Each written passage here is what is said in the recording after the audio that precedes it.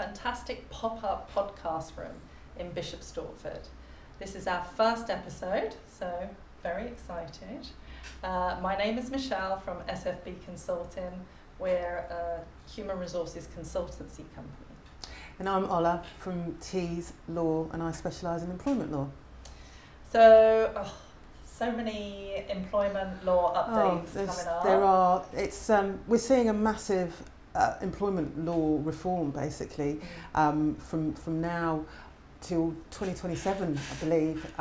There's going to be a lot of changes. So we've already had sexual harassment. Yes, we have. That came in October. In October last year. I still think a lot of companies don't know. No. But I am seeing a massive increase in the number of cases. Well, you know, you only have to see with the media, with the whole Greg Wallace and there are a number of other cases. They are becoming more high profile, and you know, I am seeing an uptake in people making complaints about sexual harassment. I don't know whether that's because of the law or they are becoming more emboldened. Well, emboldened is not the right word, but you know, more confident, let's say, to bring those kind of. I think all of these public cases have meant that people do feel that they're being heard now. I certainly think that a lot of companies are worried about this now, but I don't think they understand the enormity of what their responsibilities are now. But they're certainly worried to the point where I've heard a lot of companies not having Christmas parties now and things like that. Really? Yes. Yeah. Decided not to do it. On the basis of the fact that they think that it will go down. It will go down. Yeah. So that is wow. Let's think about some of the other things that are coming in. I know that, as you said, there's a lot of change scheduled over the next couple of years, but I don't think, like for example, there's the day one employment rights. Yeah. So day one and flexible working, of course. So that will be from the day one of when you start your new job, you will have the right not to be unfairly dismissed. I think a lot of people get that wrong in that they think, well, because we both know at the moment the time that you need to be employed in order to pursue an unfair dismissal claim is 2 years. Of course. And what the government have said is it will be day one, you have the right not to be unfairly dismissed, but that means that the employer needs to follow a correct procedure in order to dismiss somebody. So it's not saying that they would be able to pursue an unfair dismissal claim, it's just saying that the employer needs to have a genuine reason, which I would hope that you would do anyway. Yeah. Absolutely.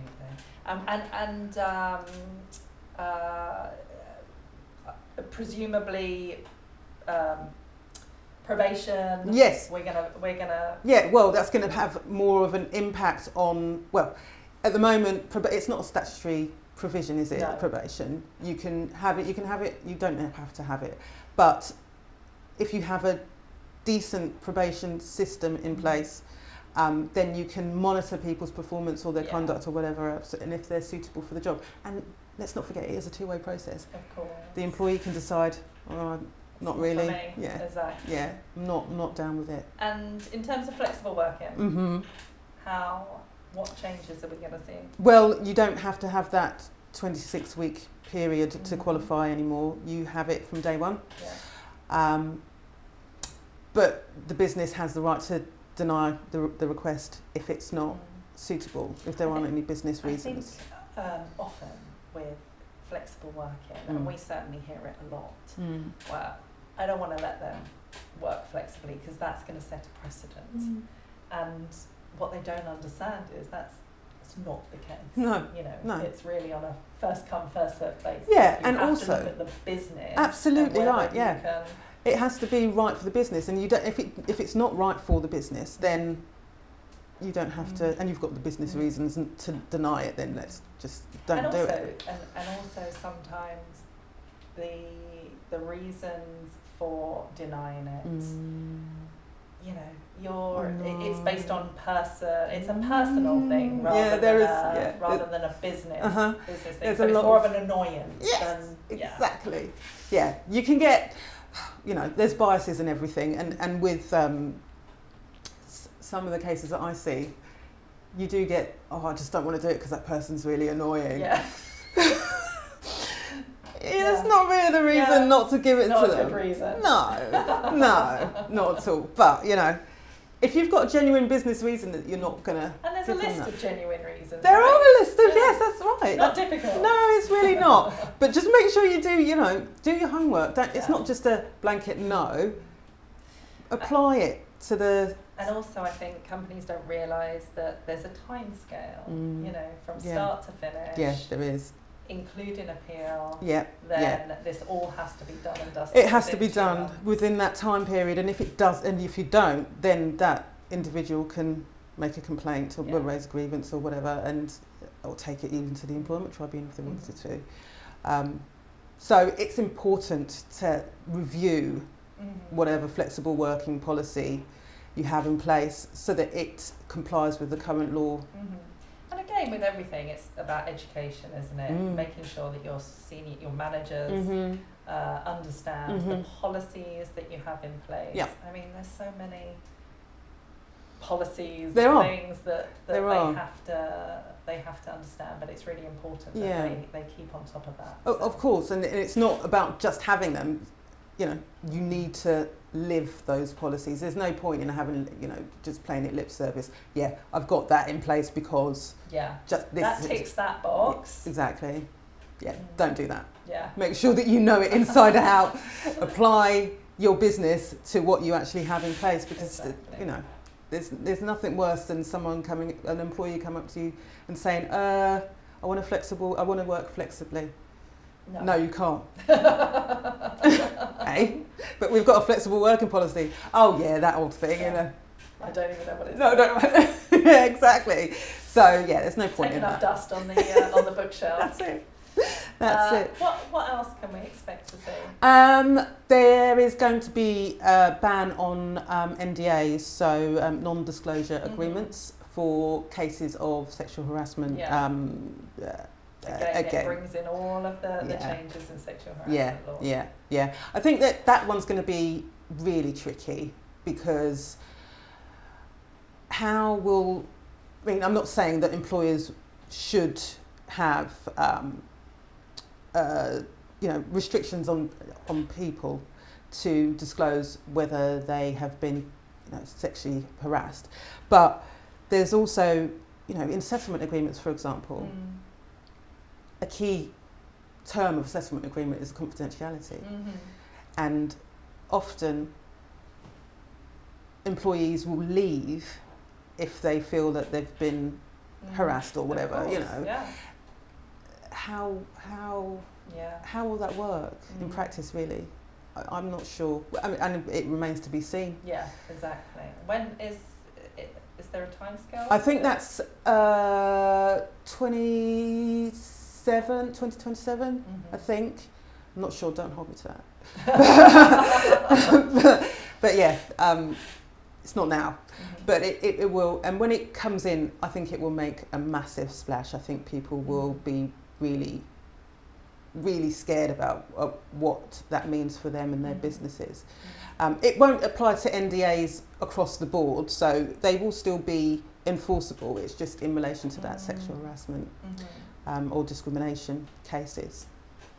So yeah, so that's that. We've got the fire and rehire. Oh, that was stemmed off the P&O issue. Yes. Yeah, that's and there was I think there was a Tesco case as well.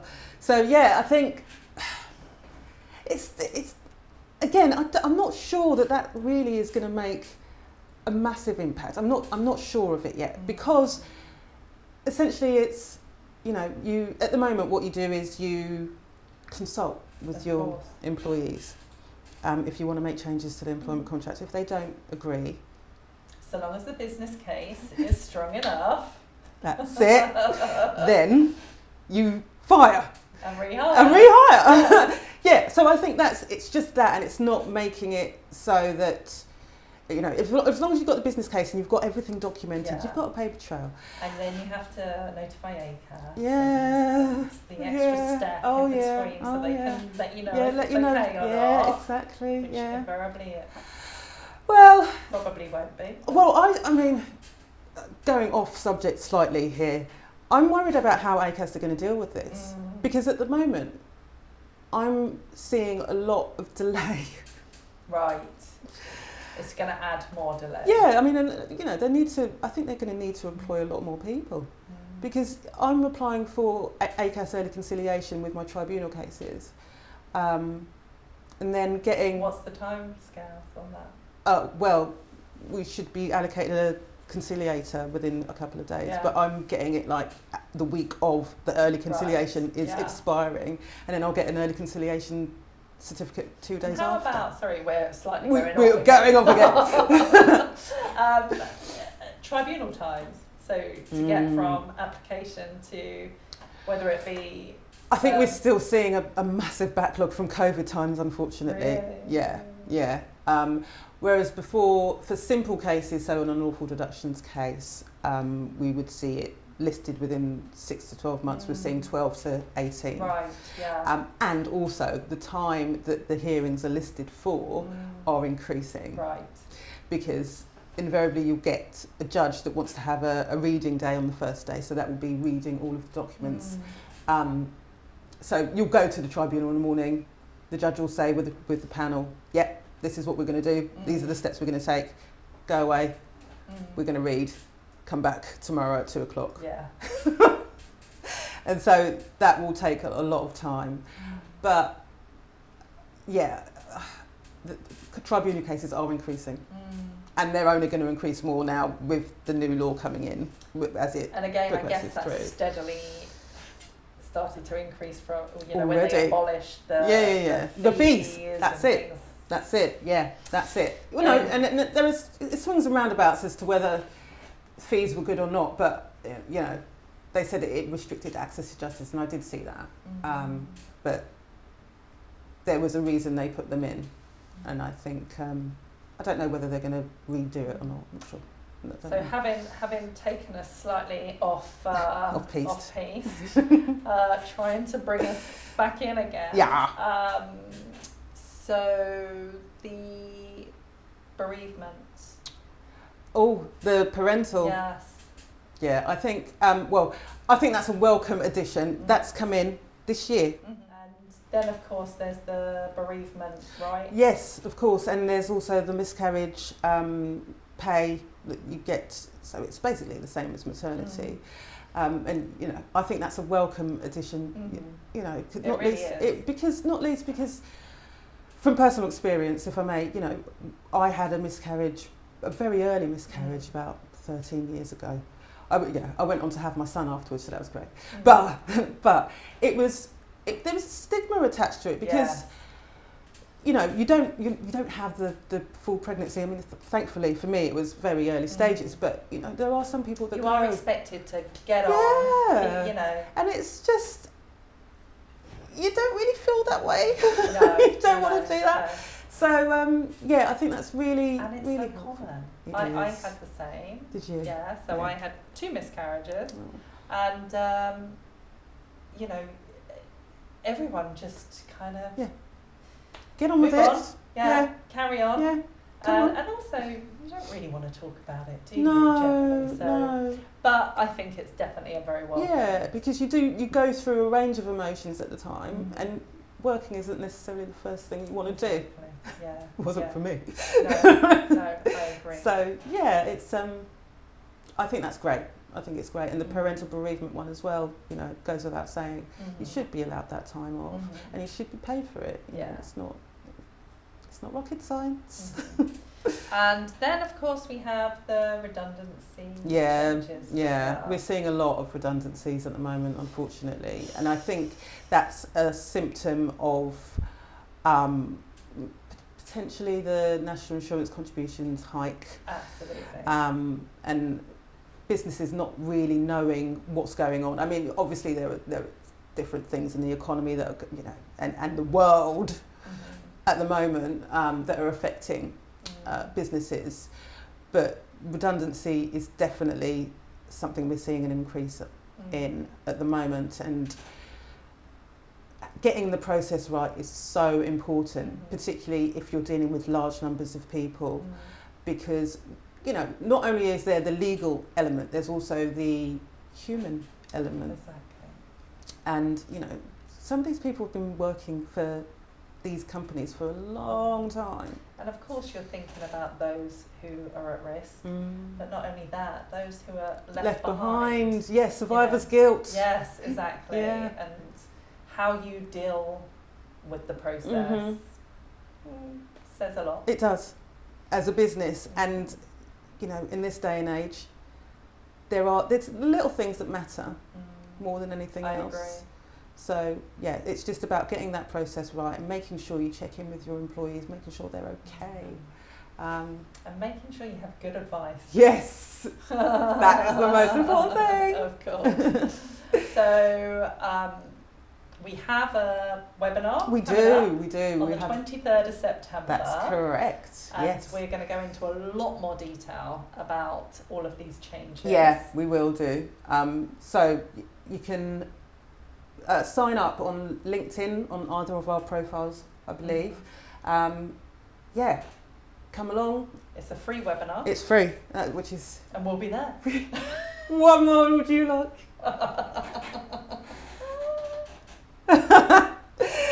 Yeah. Yeah, so come along. Be there or be square. Exactly. So if you want a step-by-step breakdown of what's changing and how to prepare, then join us for a webinar later this month. It's all about all of the changes throughout 26, 27, and that's on the 23rd of September, and we'll be there. We will be there.